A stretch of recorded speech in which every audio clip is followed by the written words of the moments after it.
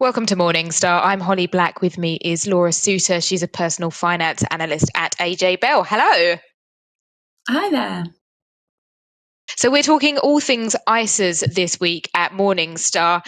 And a lot of parents might be thinking about how to put money away for their children. So what is the best way?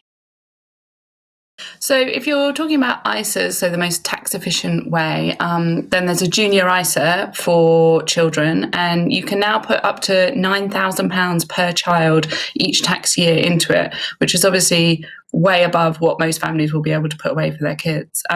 You can choose a cash or an investment option, a bit like a normal ISA, and you can save in a lump sum or you can save monthly. And that money then becomes the child's at 18. So it's locked up for that time. You can't make any withdrawals during that period. And then when they turn 18, the money is theirs. Is that not a bit of a concern that parents might think I've spent 18 years diligently saving and then on their 18th birthday, they might go and spend a lot on a big party?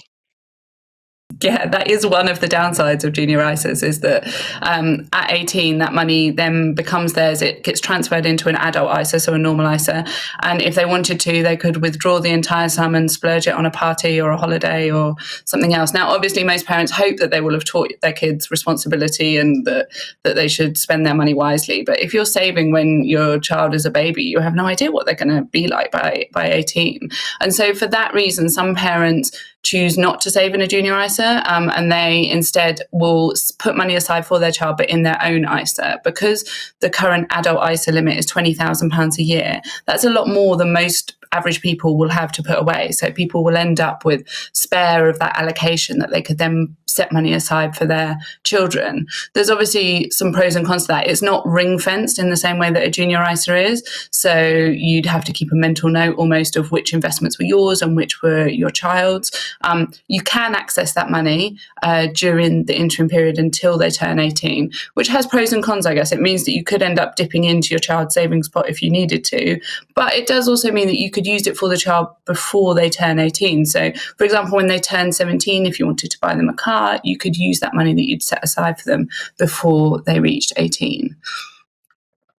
So 18 years is a long time to save for. In the investment world, we would think that's a great time horizon. But do most parents choose the cash or the investment option for when they're saving for their kids? So, strangely, most parents choose to put their money in a cash junior ISA rather than an investment. So, about 2/3 of parents use a cash option and only a third use the investment option. And, like you said, it's the ideal 18 years is the ideal investment time horizon to ride out those highs and lows of the market and get a decent return on your money. I think some parents are a bit nervous that they're putting away money for their child's future and they don't want to risk it on the stock market. But I think it is kind of the ideal time to ride out some riskier investments. And if you are nervous, you could always save it in some lower risk investments over that time. But if you think about if you put away £50 a month for your child, starting when they're born, over 18 years, if that grew at 6%, which is kind of average long-term investment returns, that would equal about £20,000 by the time they turn age 18, which is more than you're going to see with cash returns particularly. So it's useful, and you can also do a bit of both if you wanted to. You could set aside some money in cash savings accounts and then invest some of it if you wanted to. Laura, thank you so much for your time. For Morningstar, I'm Holly Black.